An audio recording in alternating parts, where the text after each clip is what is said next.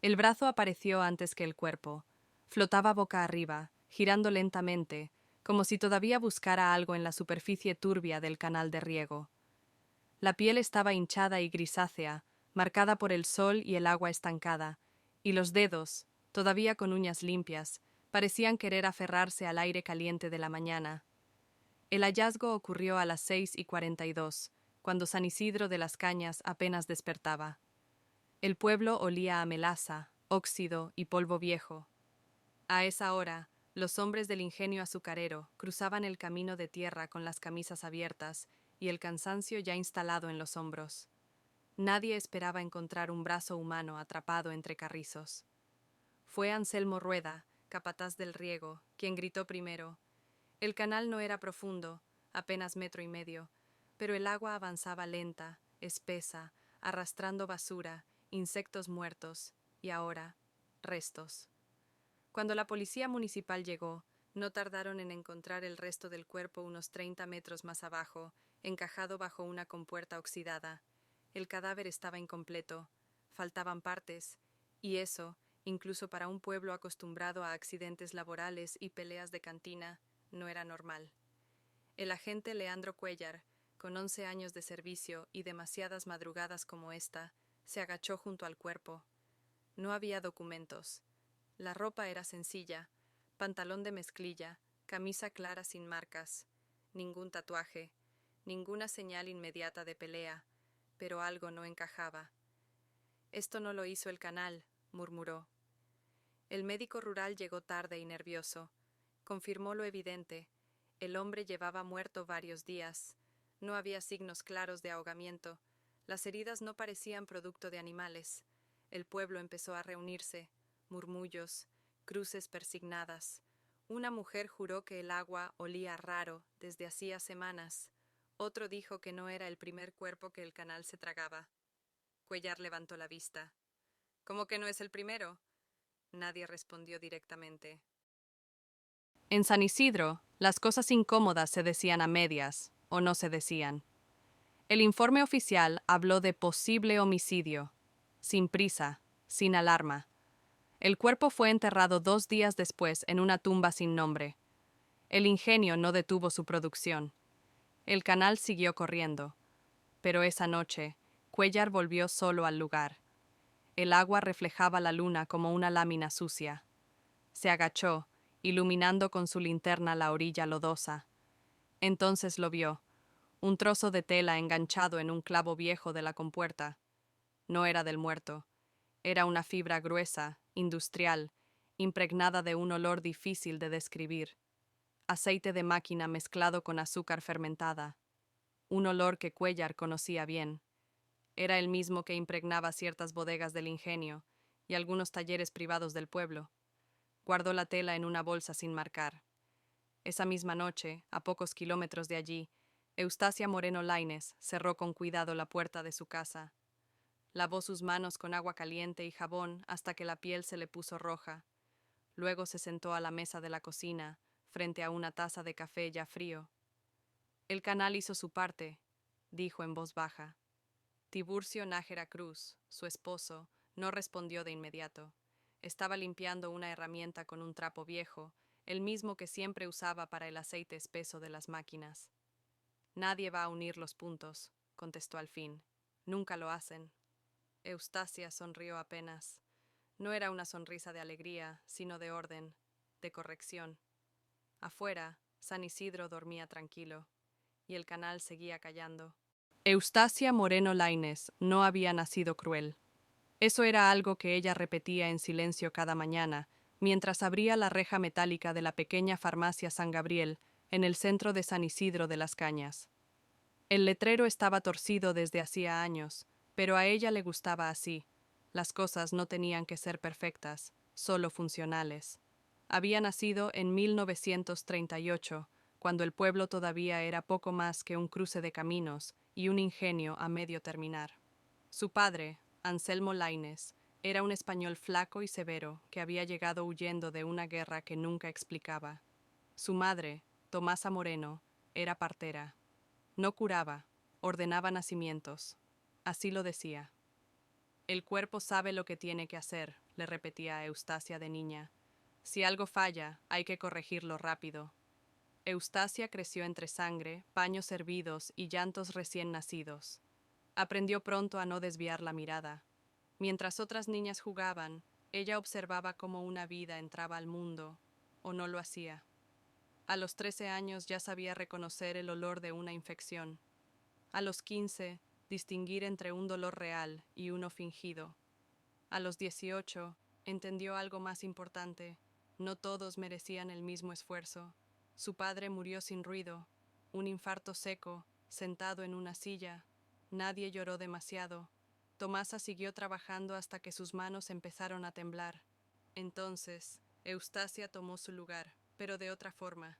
Estudió auxiliar farmacéutica en la capital del estado y regresó con un título modesto y una mirada distinta. La farmacia se convirtió en su dominio. Ahí pasaban todos: jornaleros con heridas infectadas, mujeres con embarazos no deseados, ancianos que pedían pastillas sin saber para qué servían. Eustacia escuchaba, observaba, clasificaba. Había gente útil, gente perdida y gente dañina. No lo pensaba como maldad, lo pensaba como desorden. Conoció a Tiburcio Nájera Cruz una tarde de calor insoportable. Él entró buscando alcohol industrial para limpiar una herida. Tenía las manos grandes, las uñas negras de grasa, la espalda encorvada de quien ha cargado demasiado peso sin que nadie se lo agradezca. No era un hombre brillante, eso le gustó. Tiburcio hablaba poco, escuchaba mucho, se movía con cuidado, como si el mundo pudiera romperse si empujaba demasiado fuerte. Cuando Eustacia le vendió el alcohol, notó que él no preguntó nada innecesario. Pagó, agradeció, se fue, volvió al día siguiente, y al otro. Se casaron rápido, sin fiesta grande, sin hijos. La casa que compartían estaba a las afueras del pueblo, cerca de los talleres donde Tiburcio reparaba maquinaria del ingenio por su cuenta. Siempre olía a metal caliente y aceite viejo. A Eustacia le parecía un olor honesto. Las primeras conversaciones extrañas llegaron solas. Hay gente que no cambia, dijo ella una noche, mientras ordenaba frascos. Aunque se les dé todo. Tiburcio no discutió. Las máquinas tampoco, respondió. Algunas solo sirven para piezas. Ella lo miró entonces con atención. El primer nombre apareció semanas después. Un hombre que bebía demasiado, que golpeaba, que ya había sido advertido. Es un error que nadie quiere corregir, dijo Eustacia, sin levantar la voz. Tiburcio entendió. No preguntó cómo, no preguntó cuándo. Esa noche, Eustacia abrió un cajón que casi nunca usaba. Dentro había frascos sin etiqueta, herencia de su madre, y otros que ella misma había guardado por si acaso. No sentía emoción, ni miedo, solo la certeza incómoda de quien está a punto de poner algo en su lugar. Y así, sin ceremonias ni discursos, el desorden encontró por primera vez una solución.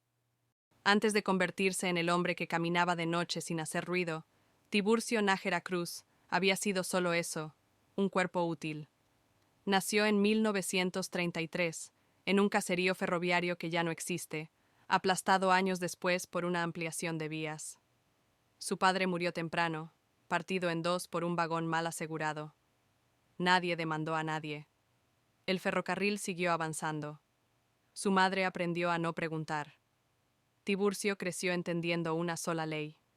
Si algo estorba, se aparta. A los 14 años ya trabajaba cargando rieles. A los 20, sabía desmontar una locomotora con los ojos cerrados. Nunca fue rápido de palabras, pero sus manos entendían órdenes invisibles. Cuando el ingenio azucarero de San Isidro necesitó brazos fuertes, Tiburcio llegó sin hacer ruido y se quedó. Durante años, su vida fue una repetición exacta. Amanecer de polvo, hierro caliente, aceite negro que se metía en la piel y no salía ni con jabón. El cuerpo aguantaba, el orgullo no tanto. El accidente ocurrió en 1966.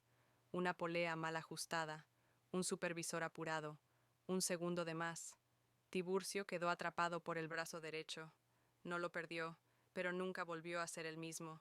El ingenio lo reubicó, luego lo despidió, sin indemnización justa, sin disculpas. Ya no eres confiable, le dijeron. Ese día entendió algo nuevo.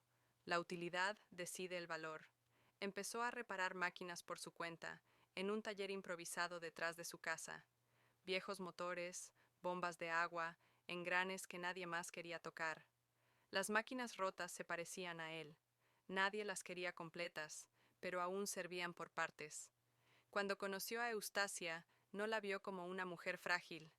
La vio como alguien que sabía exactamente para qué servían las cosas. Eso le dio calma. Ella no lo presionaba, no le pedía explicaciones. Le hablaba de la gente como si fueran sistemas que fallaban, y Tiburcio entendía ese lenguaje mejor que cualquier otro. La primera vez que hizo algo irreversible no fue violenta, fue precisa. El hombre bebía desde temprano. No gritó cuando Tiburcio cerró la puerta. No forcejeó. El cuerpo cedió como ceden las piezas gastadas cuando se les aplica la fuerza justa. Después, Tiburcio se quedó mirando el resultado durante varios minutos. No sintió triunfo. Sintió alivio, como cuando una máquina deja de hacer un ruido molesto. El traslado del cuerpo fue lo más pesado, no por el peso físico, sino por el cálculo. ¿Dónde? ¿Cuándo? ¿Cómo? Eustacia había pensado en eso antes de que él preguntara. El canal no discute, dijo ella, solo recibe.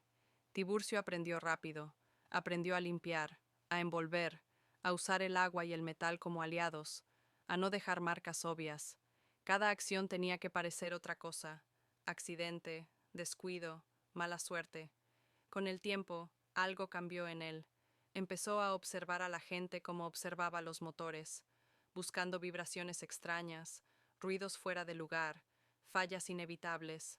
No sentía odio, sentía criterio. Cuando Eustacia hablaba, él asentía. Cuando ella callaba, él entendía. No era un líder, nunca lo fue. Era la mano que ejecuta lo que ya está decidido. Y mientras San Isidro seguía funcionando, Tiburcio aceptó su nuevo oficio sin nombrarlo, porque en su mundo las cosas no se juzgan, se ajustan. El primer hombre no tenía nada de especial. Se llamaba Mateo Galván Ibarra, aunque casi nadie usaba su nombre completo. En San Isidro lo conocían como el Mateo del Puente. Bebía desde antes del mediodía, dormía donde podía, y cuando hablaba, siempre lo hacía demasiado cerca. No era violento todos los días, pero cuando lo era, nadie intervenía. No valía la pena. Eustacia lo había observado durante meses. Había entrado varias veces a la farmacia, siempre con el mismo olor agrio y la misma historia mal contada. Pedía pastillas para dormir, luego algo para los nervios, luego nada. Solo se quedaba mirando. La gente como él se va a matar sola, le dijo una vecina una vez. Eustacia no respondió. Pensaba que esperar no era una solución, solo una forma lenta de aceptar el desorden. La decisión no fue anunciada. No hubo discusión ni preparación larga. Solo una tarde, mientras cerraban la farmacia, Eustacia dijo: «Hoy». Tiburcio asintió. Mateo estaba en la cantina cercana al puente viejo, con el vaso siempre medio lleno y la mirada perdida. Tiburcio se sentó a su lado como si nada. Hablaron de cosas pequeñas, del calor, del ingenio, de una máquina que ya no servía. Eustacia llegó después, con una bolsa de tela colgada del brazo. Sonrió lo justo. Mateo sonrió de vuelta. Demasiado. No hubo forcejeo cuando salieron juntos. Nadie miró dos veces. Era común ver a Mateo siguiendo a cualquiera que le ofreciera algo. La casa estaba limpia, demasiado limpia. Eustacia preparó el café mientras Tiburcio cerraba puertas y ventanas. Mateo se sentó sin preguntar. El líquido caliente llevaba algo más, algo que no tenía sabor, un sedante suave, suficiente para que el cuerpo dejara de resistirse sin apagarse del todo. «Tranquilo», dijo ella, «te va a ayudar a dormir». Mateo obedeció. Cuando su cabeza cayó hacia un lado, Tiburcio actuó. No hubo golpes innecesarios, solo presión, exacta, constante. El cuerpo se movió una vez y luego quedó quieto. El silencio duró varios segundos. Eustacia se acercó y tocó el cuello. Asintió. «Ya». No hubo celebración, tampoco arrepentimiento. El despiece fue metódico. Tiburcio había aprendido eso con máquinas grandes: separar lo que estorba, reducir volumen, facilitar transporte. Usaron herramientas comunes, nada que llamara la atención. La sangre fue mínima, la limpieza inmediata. El canal los esperaba. Eligieron la madrugada, cuando el ingenio aún dormía. El agua corría lenta, obediente. Tiburcio dejó caer los restos uno por uno, calculando la corriente. No miró atrás. Eustacia observó en silencio. A la mañana siguiente, el pueblo despertó igual que siempre. Durante días, nadie preguntó por Mateo. Cuando alguien lo hizo, asumieron que se había ido a otro pueblo. Era lo que la gente como él hacía. Pero Eustacia no durmió bien esa semana, no por culpa, sino por una certeza nueva, incómoda y clara. Había funcionado, y cuando algo funciona, se vuelve tentador repetirlo. Después de Mateo, no vino el silencio, vino la atención, no la de la policía ni la de los periódicos, eso tardaría, sino la atención interna, cuidadosa, casi profesional, con la que Eustacia y Tiburcio empezaron a mirar el mundo. Ya no era solo corregir un error aislado, era identificar patrones defectuosos. El segundo nombre no apareció en San Isidro. Se llamaba Leónides Pacheco Urrutia, viajante de telas, chilango de paso frecuente por los pueblos cañeros. Siempre bien vestido, siempre apurado. En la farmacia compraba calmantes para el estómago. Eustacia notó dos cosas. Mentía al hablar y siempre pagaba en efectivo, con billetes húmedos de sudor. Leónides no bebía, no gritaba, no golpeaba a nadie, pero dejaba deudas pequeñas en cada pueblo y promesas grandes que nunca cumplía. Para Eustacia, eso era otra forma de daño, desgastar sin dejar rastro. El plan fue distinto. Nada de sedantes, nada de fuerza directa. Leónides aceptó quedarse a cenar en la casa después de que Tiburcio necesitara una tela especial para cubrir una máquina. La conversación fue larga, amable. El vino ayudó. Cuando se quedó dormido, no lo movieron. Eustacia usó un preparado viejo, algo que su madre había guardado para infecciones graves. Bastaron minutos. El cuerpo no luchó. El rostro quedó casi sereno. No hubo despiece. Tiburcio cargó el cadáver entero hasta un viejo depósito abandonado del ingenio. Allí, entre sacos húmedos y ratas, el cuerpo fue colocado como si el hombre se hubiera acostado a descansar y nunca despertó. Dos pueblos, dos métodos. Nadie los relacionó. El tercero fue una mujer. Brígida Salvatierra Ríos, enfermera itinerante, de origen argentino, con acento aún marcado. Ayudaba en partos y vacunaciones. Nadie dudaba de ella. Eustacia sí. Brígida pedía medicamentos que no coincidían con sus reportes. Desaparecían frascos. Cuando Eustacia preguntó, la mujer sonrió demasiado rápido. Todos hacemos lo que podemos, ¿no? Eustacia no compartía esa filosofía. Esta vez, Tiburcio no participó directamente. Brígida murió sola, en una habitación alquilada, con una inyección mal calculada. El informe habló de error médico, de mala suerte. Nadie revisó más. El cuarto ocurrió casi un año después. Fue el más arriesgado. Rogelio Bertis Beltrán, supervisor del ingenio. Hombre correcto de día, distinto de noche. Demasiado distinto. Las denuncias nunca prosperaron. Los accidentes siempre pasaban. Esta vez, Tiburcio actuó en el propio terreno de Rogelio. Las máquinas. Un ajuste mínimo. Un tornillo apenas flojo. Nada visible. El cuerpo quedó atrapado durante el turno nocturno. Accidente laboral, dictaminaron. 4 muertes, 4 escenarios, 4 explicaciones distintas. Pero algo empezó a fallar. En el canal donde apareció Mateo, el agua volvió a arrastrar cosas que no debía. En el depósito, alguien notó el olor antes de tiempo. En la habitación de Brígida, faltaba un frasco que nadie podía explicar. Y en el ingenio, el agente Leandro Cuellar empezó a anotar nombres que no parecían tener relación, salvo una, la farmacia San Gabriel. Aún no era una sospecha, solo una coincidencia incómoda. Pero las coincidencias, como las máquinas mal ajustadas, Nunca se ignoran para siempre. El quinto no debía ocurrir así. Eustacia lo supo desde el primer momento en que escuchó el nombre: Benjamín Ledesma Kohler, alemán de segunda generación, encargado del archivo regional del ingenio, hombre meticuloso hasta el exceso. No bebía, no levantaba la voz, no tocaba a nadie, pero guardaba copias, papeles que no le correspondían, informes antiguos, accidentes mal cerrados, denuncias extraviadas. Benjamín creía en los documentos como otros creen en Dios. Todo debía quedar escrito. Ese hombre es una fuga, dijo Eustacia. No ahora, pero pronto. Tiburcio dudó por primera vez. No es ruidoso, no estorba. Acumula, respondió ella, y lo que acumula un día pesa.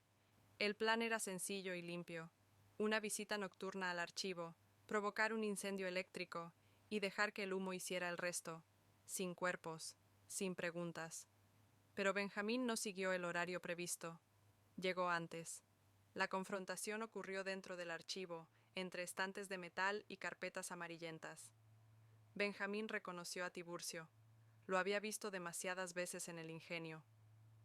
¿Qué hace usted aquí?, preguntó, ya retrocediendo. Eustacia no estaba preparada para eso. El fuego no se encendió donde debía. El humo fue rápido, demasiado. Benjamín tosió, gritó una sola vez. Tiburcio actuó por reflejo, no por cálculo. El golpe fue torpe. El cuerpo cayó contra una mesa, rompiendo un cajón. Cuando huyeron, dejaron algo atrás. Un guante. No uno cualquiera. Uno de cuero industrial, marcado con una costura específica que solo se hacía en un taller del pueblo. El taller de Tiburcio. El incendio fue contenido antes de destruir el archivo. El cuerpo fue hallado esa misma noche. La causa oficial: intoxicación por humo, con traumatismo secundario. Accidente. Pero esta vez alguien hizo preguntas. Cuéllar llegó al archivo al amanecer. Vio el guante. Lo tocó con cuidado. Reconoció el olor: aceite viejo y azúcar seca. San Isidro dejó de sentirse pequeño. La policía estatal se involucró. Se revisaron archivos. Nombres repetidos aparecieron en columnas distintas. La farmacia San Gabriel volvió a surgir, ahora subrayada. Cuando Cuéllar visitó la casa de Eustacia, notó el silencio excesivo. Demasiado orden, demasiada limpieza. ¿Conocía a Benjamín Ledesma?, preguntó. Como a todos, respondió ella. Vendía aspirinas. Cuéllar asintió, pero no anotó nada. Esa noche, Tiburcio quemó el resto de los guantes. Eustacia rompió el cuaderno en trozos pequeños y los arrojó al horno. No fue una corrección, dijo ella por primera vez. Fue una falla. Afuera, el ingenio siguió trabajando. Pero ahora, alguien estaba mirando los engranes con demasiada atención. El expediente no nació completo. Se fue armando como se arma una maquinaria vieja, con piezas de orígenes distintos, algunas oxidadas, otras mal encajadas, pero todas necesarias. En octubre de 1970, la jefatura estatal autorizó algo poco común para pueblos como San Isidro de las Cañas: la unificación de casos. El agente Leandro Cuéllar recibió la carpeta con una mezcla de orgullo y temor. No era un ascenso oficial, pero sí una carga. Sabía que, si se equivocaba, nadie lo respaldaría. En la portada escribió a mano: muertes no esclarecidas, región Cañera. Dentro, nombres sin relación aparente, lugares distintos, años distintos, pero había repeticiones incómodas: el ingenio, el canal, el depósito, la farmacia. Cuéllar empezó por lo básico: fechas, horarios, testigos. Descubrió que muchas víctimas habían sido vistas por última vez en tránsito, nunca en conflicto abierto. No hubo denuncias previas, no hubo amenazas. Eso descartaba rencillas comunes. Luego vino el detalle que no figuraba en los informes: los olores: aceite industrial, azúcar fermentada, metal caliente, olores que no pertenecían a un solo lugar, sino a una rutina compartida. Cuéllar los conocía desde niño. No necesitaba que se los explicaran. Pidió apoyo técnico. Llegaron 2 agentes de la capital, jóvenes, formales, impacientes. Querían un sospechoso rápido. Cuéllar quería tiempo. Esto no es un asesino impulsivo, les dijo. Es alguien que sabe moverse sin llamar la atención. Mientras tanto, Eustacia notó los cambios en el pueblo antes de que alguien se los anunciara. Más patrullas, preguntas repetidas, miradas largas. Empezó a reducir horarios en la farmacia. Vendía menos, observaba más. Tiburcio dejó de aceptar trabajos grandes. El taller se volvió silencioso. Demasiado. La primera orden informal llegó una semana después. Vigilancia discreta sobre ciertos puntos. El ingenio, el archivo, la farmacia San Gabriel. Un agente joven entró a comprar jarabe. Miró los estantes sin necesidad. Otro preguntó por medicamentos que ya no se vendían. Eustacia respondió sin titubeos, pero empezó a notar algo nuevo. Ya no controlaba la conversación. Cuéllar visitó de nuevo el canal. Mandó drenar un tramo. Bajo el lodo aparecieron restos que no figuraban en ningún informe. Fragmentos de ropa, botones, una hebilla corroída. No había cuerpos completos, pero sí patrones de descarte. El laboratorio confirmó algo mínimo, pero suficiente. Los tejidos correspondían a más de una persona. No es un asesino, dijo uno de los técnicos. Son varios. Cuéllar negó con la cabeza. Es una sola lógica. La orden de cateo aún no existía. No había prueba directa, solo coincidencias que empezaban a apretarse como un torno. Eustacia propuso irse. Cambiar de pueblo, de estado. Tiburcio la miró largo rato. Las máquinas no se mudan, respondió. Se desmontan. No dijeron más. Esa noche, Cuéllar escribió el primer informe serio donde aparecía por fin una frase nueva. Probable autoría compartida. El cerco aún no estaba cerrado, pero ya tenía forma. La orden llegó un martes, sin ceremonia. No decía asesinos, no decía serie. Solo hablaba de búsqueda de indicios relacionados con muertes no esclarecidas. Era suficiente. En pueblos como San Isidro, una orden así no pasaba desapercibida, aunque se ejecutara al amanecer. Cuéllar insistió en ir él mismo. Si entran sin cuidado, lo van a echar a perder todo, dijo. La casa de Eustacia y Tiburcio estaba donde siempre había estado, a medio kilómetro del ingenio, con el taller adosado y un pequeño patio trasero cercado con lámina ondulada. Desde afuera no parecía nada, ni pobre, ni rica, funcional. Golpearon a las 5:12. Tiburcio abrió la puerta vestido, como si no hubiera dormido. No preguntó por qué, solo miró a Cuéllar y asintió, como quien reconoce que algo finalmente alcanzó su punto. Tenemos una orden, dijo el agente. Lo sé, respondió Tiburcio. Eustacia apareció detrás, con una bata clara. No mostró sorpresa. Solo acomodó el cabello detrás de la oreja. Pueden pasar. La casa estaba impecable. Demasiado. La cocina no tenía restos. Los cajones, alineados. El cuarto, sin objetos personales innecesarios. No había fotografías familiares, ni recuerdos, solo lo justo para vivir. El taller fue distinto. El olor golpeó primero. Aceite viejo, metal, azúcar seca. Cuéllar cerró los ojos un segundo. Era el mismo olor del canal, del archivo, del guante. Encontraron herramientas limpias, pero gastadas. Un torno con marcas recientes. Un recipiente metálico con restos solidificados en el fondo. ¿Para qué usa esto?, preguntó un agente joven. Para reducir piezas, respondió Tiburcio. No mentía. En el patio, bajo una losa mal sellada, apareció lo primero que no podía explicarse. Ropa doblada y envuelta en tela aceitosa. Camisas, pantalones, prendas que no pertenecían a la casa. Eustacia observaba en silencio. Luego vino el segundo hallazgo. Un saco con fragmentos óseos pequeños, limpios, separados por tamaño, no completos, clasificados. El agente joven retrocedió. Dios mío, no invoque cosas que no ayudan, dijo Cuéllar. La última prueba estaba en la cocina. Detrás de un falso fondo en un mueble, encontraron frascos sin etiqueta, algunos vacíos, otros con residuos cristalizados. Eustacia los reconoció antes de que los sacaran. Eso ya no se usa, dijo. Es viejo. Pero funcionó, respondió Cuéllar. No hubo intento de huida, no hubo gritos. Cuando les pusieron las esposas, Eustacia preguntó algo que nadie esperaba. ¿Encontraron todo? Cuéllar no respondió, porque sabía que, incluso con todo lo hallado, aún faltaban cuerpos. Y eso significaba solo una cosa: la historia todavía no estaba completa. El traslado fue silencioso. No hubo vecinos gritando ni curiosos acercándose. Solo el sonido del motor y el traqueteo del camino de tierra, mientras el vehículo policial se alejaba de San Isidro de las Cañas. Para muchos, Eustacia y Tiburcio seguían siendo dos sombras conocidas, ahora simplemente ausentes. La separación ocurrió de inmediato. A Eustacia la llevaron a una sala pequeña, sin ventanas, con una mesa metálica y dos sillas. A Tiburcio, a otra igual. Cuéllar pidió encargarse de ambos interrogatorios, uno después del otro. Quería comparar silencios. Empezó con Tiburcio. No necesito que me cuente todo, dijo Cuéllar. Solo cómo empezó. Tiburcio miró sus manos esposadas. Las giró un poco, como si evaluara el ajuste. Cuando algo no funciona, respondió, se corrige. Eso es todo.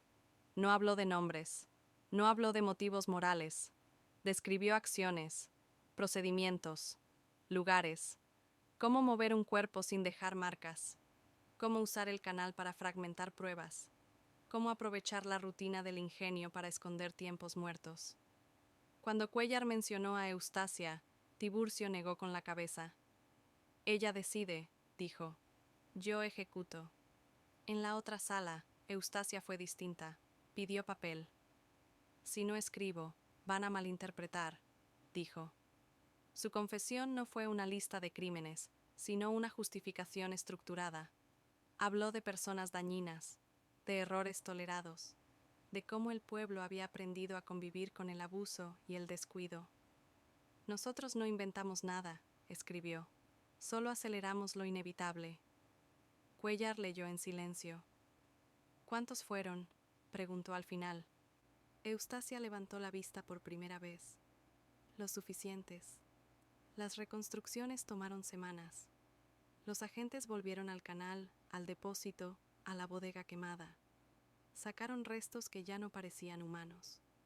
Cruzaron prendas con denuncias antiguas. Cerraron historias que nadie había reclamado. La prensa llegó tarde, como siempre. Los titulares hablaron de la pareja del ingenio, de asesinos metódicos. Nadie escribió sobre las víctimas con el mismo detalle. El juez ordenó proceso formal por homicidio múltiple agravado. No hubo abogados brillantes, no hubo espectáculo. Antes del traslado al penal mayor, Cuéllar visitó a Eustacia una última vez. ¿Se arrepiente?, preguntó, sin convicción. Ella pensó unos segundos. Arrepentirse es desear que algo no haya ocurrido, respondió. Y ocurrió porque era posible. Tiburcio no pidió ver a nadie. Solo preguntó cuánto peso podía cargar una cuerda. Cuéllar no respondió, porque la última parte ya no le pertenecía a la investigación, sino al tiempo. Y el tiempo, en esos años, no tenía paciencia. El juicio se celebró en la capital del estado a mediados de 1971. No fue rápido, pero tampoco largo. No había misterio que resolver, solo confirmar lo ya demostrado. Las pruebas eran físicas, acumuladas, imposibles de explicar por separado y contundentes en conjunto. Restos óseos clasificados, prendas identificadas por familiares lejanos, frascos con residuos, herramientas con marcas coincidentes. El canal, finalmente, habló. Eustacia Moreno Lainez escuchó cada sesión con atención clínica. Vestía de forma sobria, las manos siempre juntas sobre la mesa. No lloró, no negó. Cuando habló, lo hizo como si explicara un procedimiento mal entendido. No éramos monstruos, dijo ante el tribunal. Éramos consecuencia. El juez no levantó la vista. Tiburcio Nájera Cruz permaneció en silencio casi todo el proceso. Solo corrigió un detalle técnico durante una reconstrucción, indicando que un cálculo de tiempo estaba mal hecho. No fue así, dijo. Hubiera dejado rastro. Ese comentario selló algo que ya era evidente. No había improvisación. La sentencia llegó un viernes por la mañana. pena de muerte, conforme a las leyes vigentes de la época y a la magnitud de los crímenes. No hubo aplausos, tampoco protestas. El público salió en silencio, como si asistir al final de esa historia hubiera agotado cualquier emoción. Eustacia pidió escribir una última carta, no a familiares, no a víctimas. La dejó dirigida al Archivo Municipal de San Isidro. En ella no pedía perdón, enumeraba fechas, lugares, observaciones, como si todavía intentara cerrar un expediente inconcluso. Tiburcio no escribió nada. La ejecución se realizó meses después, sin testigos externos. Un procedimiento más, preciso, definitivo. San Isidro de las Cañas volvió a oler a azúcar y metal. El ingenio siguió funcionando. La farmacia cambió de nombre. El taller fue desmontado y vendido por partes. El canal fue limpiado y reforzado con concreto nuevo. Durante un tiempo, la gente habló. Luego dejó de hacerlo. Años después, el agente Leandro Cuellar pasó por el canal ya retirado. El agua corría limpia, obediente. Pensó en todo lo que había pasado sin ser visto durante tanto tiempo. No pensó en el castigo. Pensó en algo peor. En lo fácil que había sido no mirar. Porque los asesinos habían sido ejecutados. Pero el orden que los permitió, ese nunca fue corregido.